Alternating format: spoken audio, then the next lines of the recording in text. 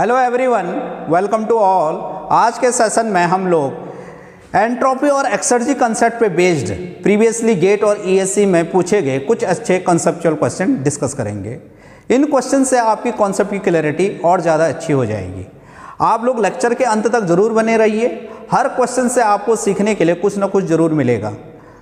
Discussion में मैंने उन्हीं क्वेश्चंस को सिलेक्ट किया है जिन क्वेश्चंस को ज़्यादातर स्टूडेंट समझ नहीं पाते हैं। तो इन क्वेश्चन के बेस पे आप लोग अपना शॉर्ट नोट्स भी प्रिपेयर कर सकते हैं। शॉर्ट नोट्स बनाने से आपको रिवीजन के टाइम पे काफ़ी हेल्प मिलती है। तो आप लोग इन क्वेश्चंस के बेस पे अपना शॉर्ट नोट्स भी प्रिपेयर कर सकते हैं। तो चलिए आज का सेशन स्टार्ट करते हैं।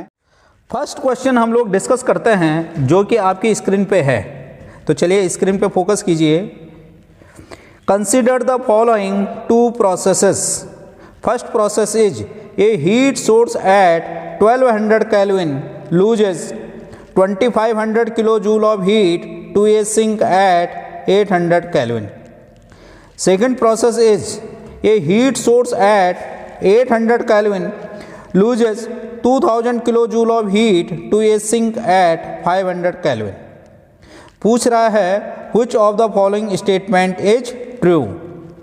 First statement is process first is more irreversible than process second. Second statement is process second is more irreversible than process first. Third statement is irreversibility associated in both the process are equal. And last statement is both the process are reversible. तो इन चार statement में से कौन सा statement सही है ये हम लोगों को चेक करना है। एक क्वेश्चन गेट 2010 में 2 मार्क्स में पूछा गया है। तो चलिए हम लोग सॉल्यूशन देखते हैं।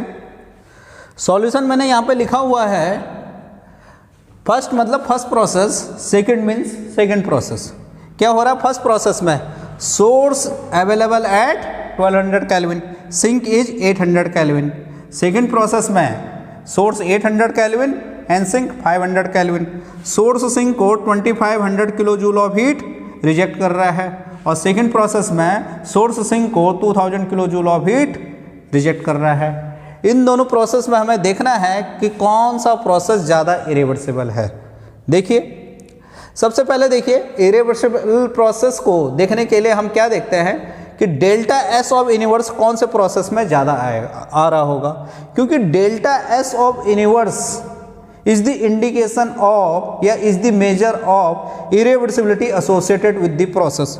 कोई भी प्रोसेस उसी डायरेक्शन में प्रोसीड होगा जिस डायरेक्शन में entropy change of universe positive आएगा। कोई भी प्रोसेस उस डायरेक्शन में पॉसिबल नहीं है जिस डायरेक्शन में एंट्रोपी चेंज ऑफ यूनिवर्स हमारा नेगेटिव आएगा। इतना हम लोग एंट्रोपी वाले चैप्टर में डिस्कस किए थे।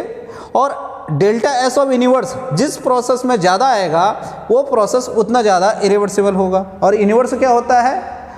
जो भी चीज़ें आपस में इंटरेक्ट कर रही हैं सबको मिला के हम क्या बोलते हैं? यूनिवर्स बोलते हैं। System plus surrounding. तो यहाँ पे देखिए अगर सोर्स को हम सिस्टम मान रहे हैं तो उसकी सराउंडिंग में क्या है? सिंक। तो सोर्स प्लस सिंक दोनों मिलके क्या बनाएंगे? यूनिवर्स बनाएंगे। तो अब देखिए फर्स्ट प्रोसेस में डेल्टा एस ऑफ यूनिवर्स क्या आएगा? Delta S of source plus delta S of sink. Universe में क्या क्या आएगा? Delta S of source plus delta S of sink. बाकी और तो कुछ आपस में इंटरेक्ट नहीं कर रहा है। सोर्स और सिंक आपस में इंटरेक्ट कर रहे हैं तो दोनों मिलके क्या बनाएंगे? आपस में यूनिवर्स बनाएंगे।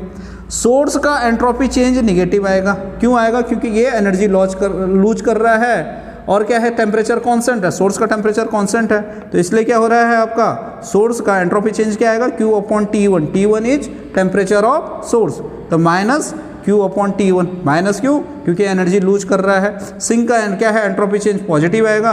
Q upon T2 energy gain कर रहा है।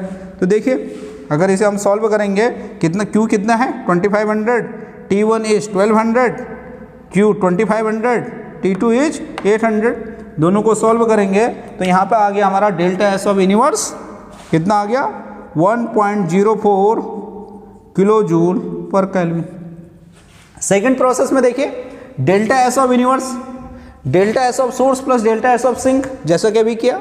यहाँ पे सोर्स 800 केल्विन पे है और 2000 किलो जूल एनर्जी लूज कर रहा है तो 2000 डिवाइड बाई 800 माइनस क्यों आएगा? क्योंकि एनर्जी लूज कर रहा है। और सिंक का पॉजिटिव आएगा कि एनर्जी क्या हो रहा है? इसमें ऐड हो रहा है प्लस।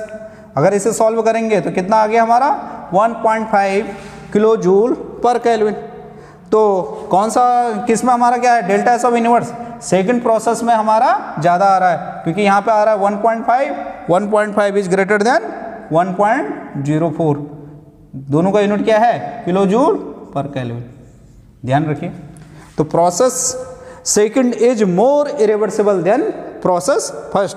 तो हमारा कौन सा ऑप्शन सही है, option B is right, option B, process second is more irreversible than process first. Okay, next question जो आपकी स्क्रीन पे है, गेट 2014 में 1 मार्क्स में पूछा गया है। तो क्वेश्चन पे फोकस कीजिए। क्वेश्चन है which one of the following pairs of equation describe an irreversible heat engine. तो 4 ऑप्शन इसने दिए हैं। First option is cyclic integral del Q greater than 0 and cyclic integral del Q upon T less than 0। Option B cyclic integral del Q less than 0 and cyclic integral del Q upon T less than 0। Option C cyclic integral del Q greater than 0 and cyclic integral del Q upon T greater than 0। Option D cyclic integral del Q less than 0 and cyclic integral del Q upon T greater than 0। तो देखिए question पे focus कीजिए। सबसे पहले तो clauses inequality क्या कहता है कि cyclic integral of del Q upon T, ध्यान दीजिए, cyclic integral of del Q upon T, del Q नहीं del Q upon T is always less than equal to 0। Equal किसके लिए है, रिवर्सिबल के लिए है, और इनइक्वालिटी किसके लिए है, इरिवर्सिबल के लिए है। Cyclic integral of del Q upon T greater than 0 impossible.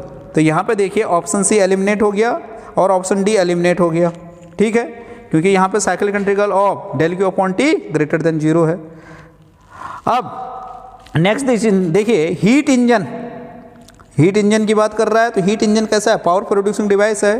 तो for power producing device work done क्या आता है, पॉजिटिव आता है।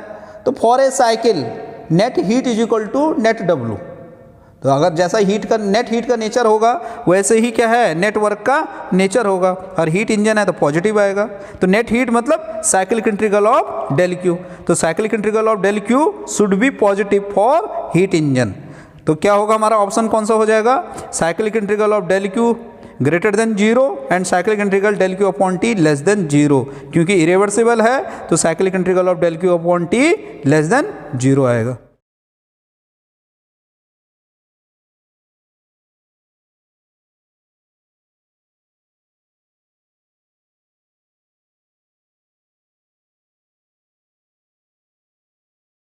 यहाँ पे ध्यान दीजिएगा, अगर वो इरिवर्सिबल रिवर्स हीट इंजन बोलेगा तो रिवर्स हीट इंजन क्या होगा, पावर कंज्यूमिंग डिवाइस। तो उसके लिए ऑप्शन कौन सा हो जाएगा, ऑप्शन बी, क्योंकि पावर कंज्यूमिंग डिवाइस के लिए क्या आएगा तुम्हारा, net heat should be negative. Net heat is equal to net work should be negative. और निगेटिव का मतलब क्या है, पावर कंज्यूमिंग डिवाइस। और पॉजिटिव वर्क का मतलब क्या है, power producing device. Okay, clear है। अब हम लोग नेक्स्ट क्वेश्चन डिस्कस करते हैं। एक क्वेश्चन गेट 2014 में 2 मार्क्स में पूछा गया है।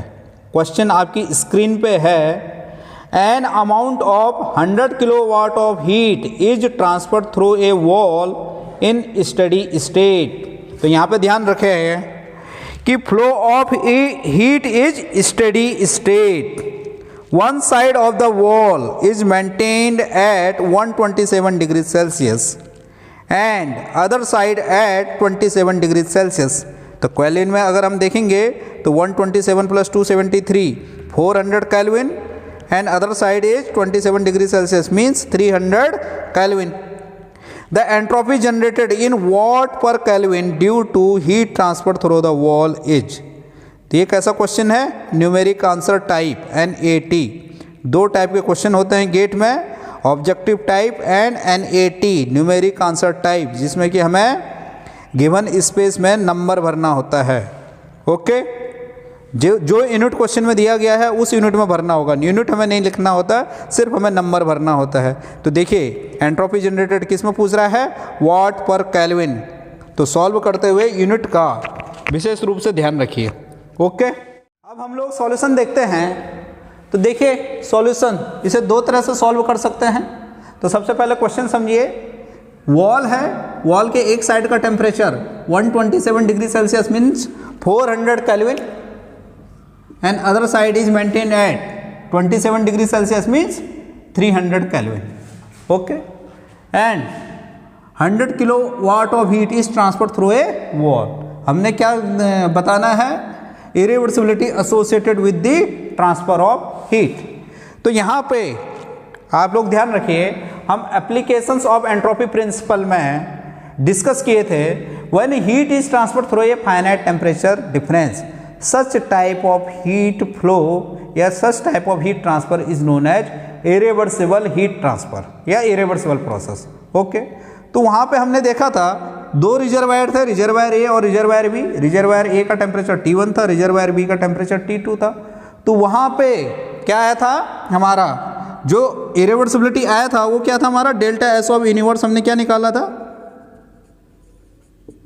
Q T1 माइनस का T2 divide by T1 T2. तो सेम उसी वे से हम इस क्वेश्चन को समझ सकते हैं. कैसे, देखिए ये भी कांस्टेंट टेम्परेचर पे है. रिजर्वायर का मतलब क्या है, टेम्परेचर चेंज नहीं होता है हीट इंटरेक्शन के दौरान. तो यहाँ पे इनलेट मतलब ये क्या है, ये वॉल का ये साइड भी हमारा कांस्टेंट टेम्परेचर पे है और ये साइड भी कांस्टेंट टेम्परेचर पे है. हीट ट्रांसफर के कारण क्या है, साइड का टेम्परेचर चेंज नहीं हो रहा है. तो इसे हम क्या है, रिजर्वायर ए मान सकते हैं, इसे रिजर्वायर बी मान सकते हैं. और वॉल को क्या मान सकते हैं, कनेक्टिंग रॉड. और क्या है, तुम्हारा हीट का फ्लो स्टडी हो रहा है तो वॉल में कोई भी एंट्रोपी चेंज नहीं होगा. तो एंट्रोपी चेंज ऑफ यूनिवर्स क्या होगा, एंट्रोपी जनरेशन हो गया. तो एंट्रोपी चेंज ऑफ यूनिवर्स क्या हो जाएगा, side 1 plus wall plus side 2. तो वॉल का तो क्या हो जाएगा 0 क्योंकि स्टडी फ्लो है.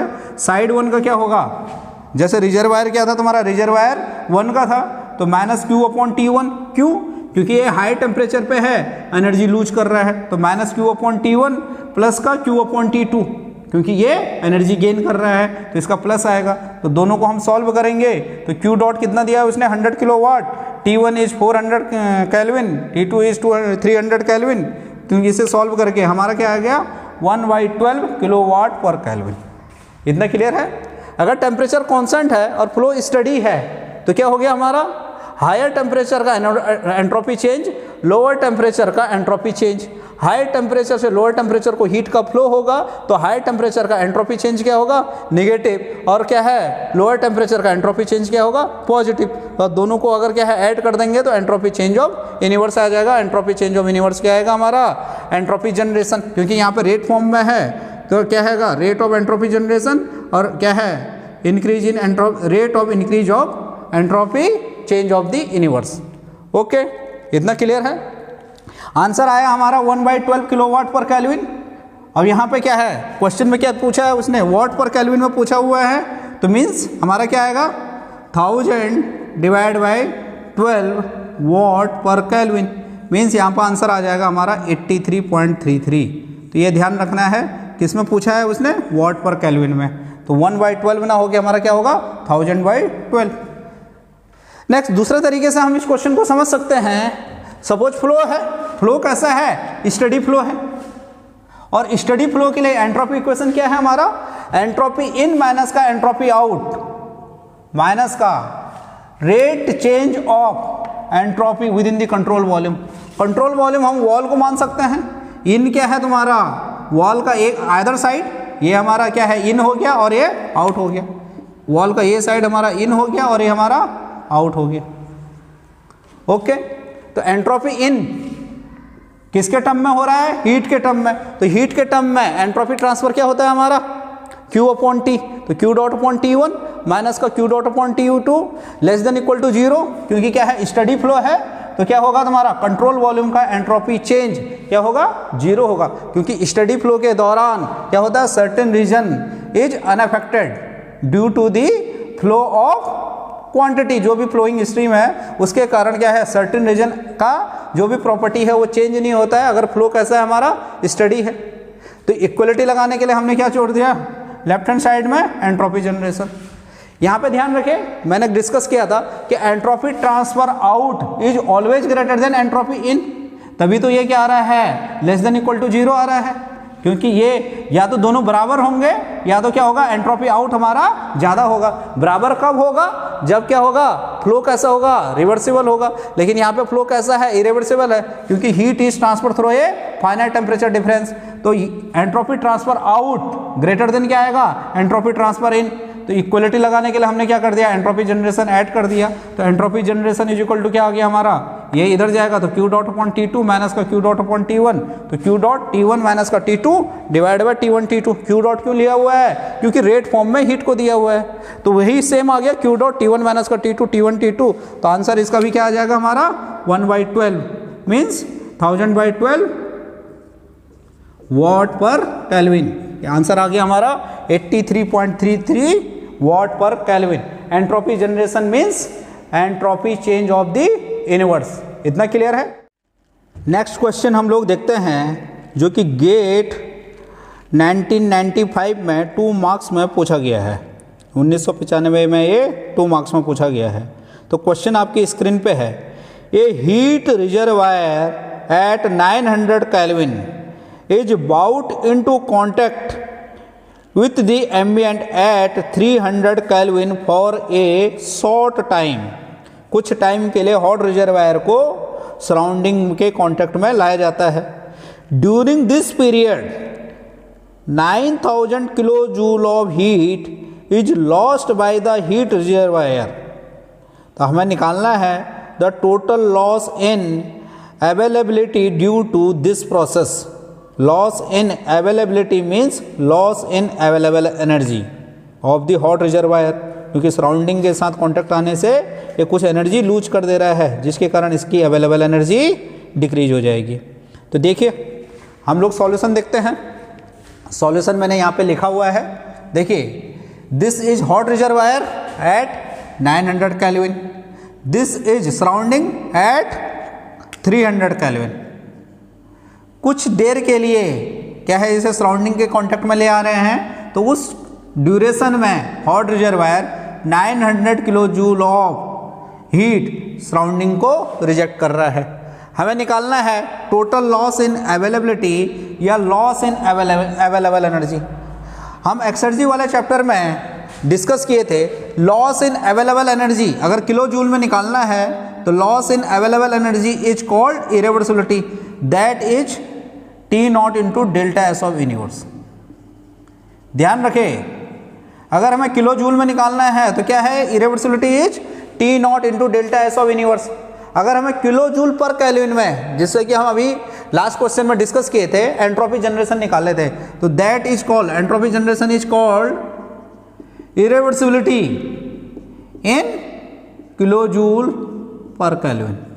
तो किलो जूल पर केल्विन में निकालना है तो एंट्रोपी जनरेशन या entropy change of the universe होगा, और हमें किलो जूल में निकालना है तो T not into delta S of universe या T not into entropy generation. Okay, इतना क्लियर है। ये 2 पॉइंट आप लोगों को ध्यान रहना चाहिए। यहाँ पे किलो जूल में पूछ रहा है तो हमारा क्या होगा, T not into delta S of universe. Universe जितनी भी चीज़ें आपस में इंटरेक्ट कर रही हैं सबको हम ले लेते हैं। यहाँ पे कौन कौन इंटरेक्ट कर रहे हैं, हॉट रिजर्वायर और सराउंडिंग, दिस इज सिंक और ये हॉट रिजर्वायर। ठीक है, तो देखिए हीट रिजर्वायर का एंट्रोपी चेंज क्या होगा, माइनस Q अपॉन T। कितना, Q कितना है 9000 है और T कितना है 900। रिजर्वायर का एंट्रोपी चेंज क्या होता है, Q अपॉन T, क्योंकि हॉट रिजर्वायर एनर्जी लूज कर रहा है तो उसका क्या एंट्रोपी चेंज नेगेटिव होगा, और सराउंडिंग का एंट्रोपी चेंज क्या होगा, पॉजिटिव होगा, दैट इज 9000 अपॉन 300। और T naught is temperature of the surrounding, ये भी क्या है हमारा 300 केल्विन है। तो यहाँ पे सॉल्व करेंगे, 9000 हमारा कॉमन आ गया, 300 माइनस 1 अपॉन 900 प्लस का 1 अपॉन 300। अगर इसे सिंप्लीफाई करेंगे तो 300 कैंसिल, यहाँ से क्या है तुम्हारा, ये करेंगे यहाँ से तो ये आ गया हमारा 10, और 900 माइनस का 300 कितना आ गया 600, तो 10 into 600 is 6000 kilo joule. Means irreversibility या loss in available energy is 6000 kilo joule. अब हम लोग नेक्स्ट क्वेश्चन देखते हैं जो कि गेट 2004 में 2 मार्क्स में पूछा गया है। तो क्वेश्चन आपकी स्क्रीन पे है, a steel billet of 2000 kg mass is to be cooled from 1250 Kelvin to 450 Kelvin। Steel billet मतलब सॉलिड है, सॉलिड का मास कितना है तुम्हारा 2000 kg है और टेम्परेचर उसका चेंज हो रहा है हीट इंट्रैक्शन के कारण। तो हम इसे क्या मान सकते हैं, finite body undergo change of state from 1250 to 450 Kelvin। ये ध्यान रखिए। The heat release during the process is to be used as a source of energy. Okay, बोल रहा है the ambient temperature is 303 Kelvin and specific heat of steel is 0.5 kilo joule per kg Kelvin। तो ये पूछ रहा है the available energy of this billet is. तो 4 option हमें दिए गए हैं, तो 4 ऑप्शन में से एक ऑप्शन हमारा राइट होगा। अब हम लोग सॉल्यूशन देखते हैं। क्वेश्चन में दिया है steel billet is cooled from 1250 Kelvin to 450 Kelvin और स्टील बिलेट का प्रॉपर्टी क्या है, mass is 2000 kg and specific heat is 0.5 kilo joule per kg Kelvin। Steel billet को हम as a finite body consider कर सकते हैं। जब इसका टेम्परेचर 1250 से 450 Kelvin हो रहा है तो ये क्या कर रहा है तुम्हारा, सराउंडिंग कंडीशन इज 303 Kelvin। जो गिवन है पहले उसे लिख लेते हैं, surrounding temperature is 303 Kelvin। When this steel billet is cooled, the heat lose by this steel billet, जो भी Q ये इस टेम्परेचर चेंज के दौरान लूज कर रहा है उसे हम सोर्स ऑफ एनर्जी की तरह क्या कर रहे हैं, यूज कर रहे हैं। तो इस Q का अवेलेबल एनर्जी कितना होगा हमें वो निकालना है। तो available energy during this process हमें निकालना है। तो available energy during the change of state या क्या है तुम्हारा, ड्यूरिंग द प्रोसेस क्या होता है तुम्हारा, change in exergy of the state.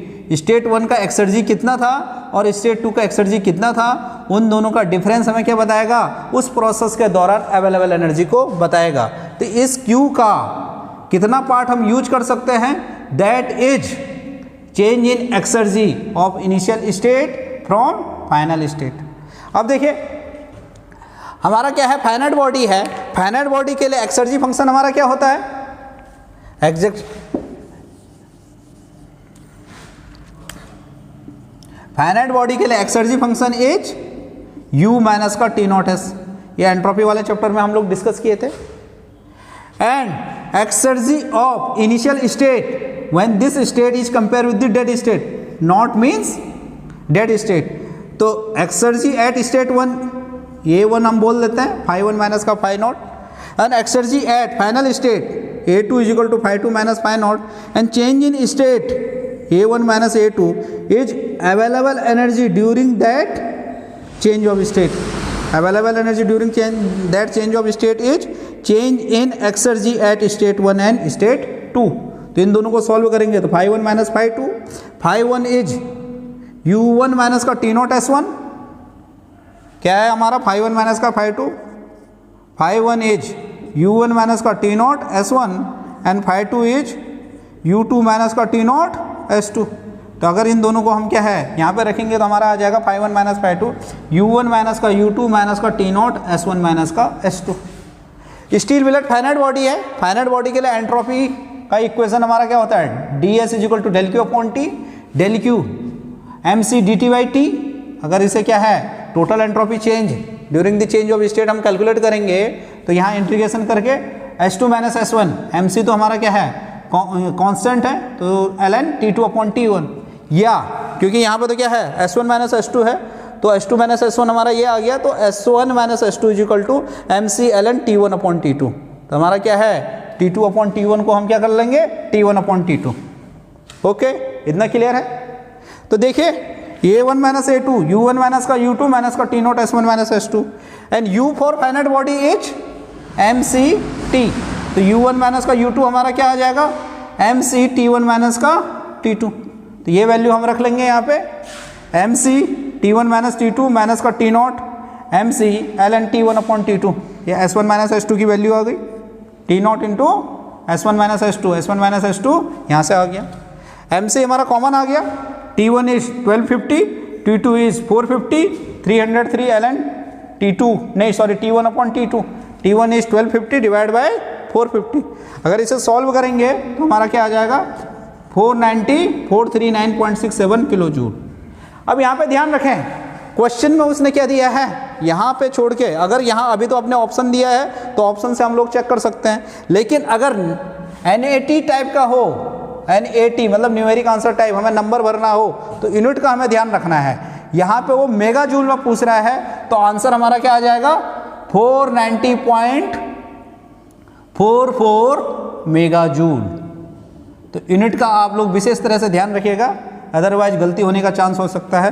तो answer is 490.44 mega joule, means option A is right. Option A पे हमारा क्या है, 490.44 मेगा जूल। अब हम लोग नेक्स्ट क्वेश्चन देखते हैं जो कि गेट 2013 में 2 मार्क्स में पूछा गया है। क्वेश्चन आपकी स्क्रीन पे है, the pressure temperature and velocity of air flowing in a pipe are 5 bar 500 kelvin and 50 metre per second, flowing stream है respectively. The specific heats of air at a constant pressure and constant volume are 1.005 kilo joule per KG kelvin and 0.718 kilo joule per KG kelvin respectively. Neglect potential energy if pressure and temperature of surrounding means dead state are 1 bar and 300 kelvin respectively, the available energy in kilo joule per KG of air stream is. 4 option है, इनमें से एक option हमारा सही होगा। ध्यान रखें किस में पूछ रहा है ये, किलो जूल पर केजी में। तो यहाँ पे हमें ध्यान रखना है कि वो किलो जूल में पूछ रहा है या किलो जूल पर केजी में पूछ रहा है। और जैसे अभी लास्ट क्वेश्चन उसने किस में पूछा हुआ था, मेगा जूल में पूछा हुआ था। तो ये चीज़ें आप लोगों को विशेष ध्यान रखनी है। तो चलिए क्वेश्चन का सॉल्यूशन हम लोग देखते हैं। फ्लोइंग स्ट्रीम का हमें क्या निकालना है, available energy. Available energy means exergy. कैसे निकालते हैं, when given state is compared with the dead state, the maximum work that we can extract from a given state when given state is compared with the dead state, that is called exergy या available energy। given state assume करते हैं 1, given state दिया है उसने P1 is equal to 5 bar, T1 is equal to 500 kelvin and C1 is equal to 50 पर second. Dead state मतलब surrounding condition, P0 1 bar, T0 is equal to क्या है 300 kelvin. Dead state पे हम velocity 0 मानते हैं, पोटेंशियल एनर्जी भी हम 0 मानते हैं। फ्लोइंग स्ट्रीम है, फ्लोइंग स्ट्रीम का एक्सर्जी फंक्शन क्या होता है, phi is exergy function, H plus kinetic energy per kg में ले रहे हैं हम स्पेसिफिक, तो specific exergy function H plus kinetic energy plus potential energy minus का T0s। This is the exergic function of a flowing stream. Okay, यहाँ पे neglect potential energy बोला है, तो फ्लोइंग स्ट्रीम का अभी क्या हो जाएगा हमारा H plus kinetic energy minus का T0s। When this state is compare with the dead state, तो हमारा क्या आ जाएगा, अवेलेबल एनर्जी आ जाएगा। तो available energy of the flowing stream when given state is compare with the dead state, that is phi1 minus का phi0। Available energy of the given state is phi1 minus का phi0। This is the maximum work that we can extract from a given state. तो phi1 is h1 plus half c1 square minus का t0 s1, phi0 is h0 plus का half c0 square minus का t0 s0। यहाँ पे देखिए h1 minus का h0 दोनों को हम सिंप्लीफाई करेंगे, प्लस का हाफ c1 स्क्वायर माइनस का c0 स्क्वायर माइनस का t0 s1 माइनस का s0।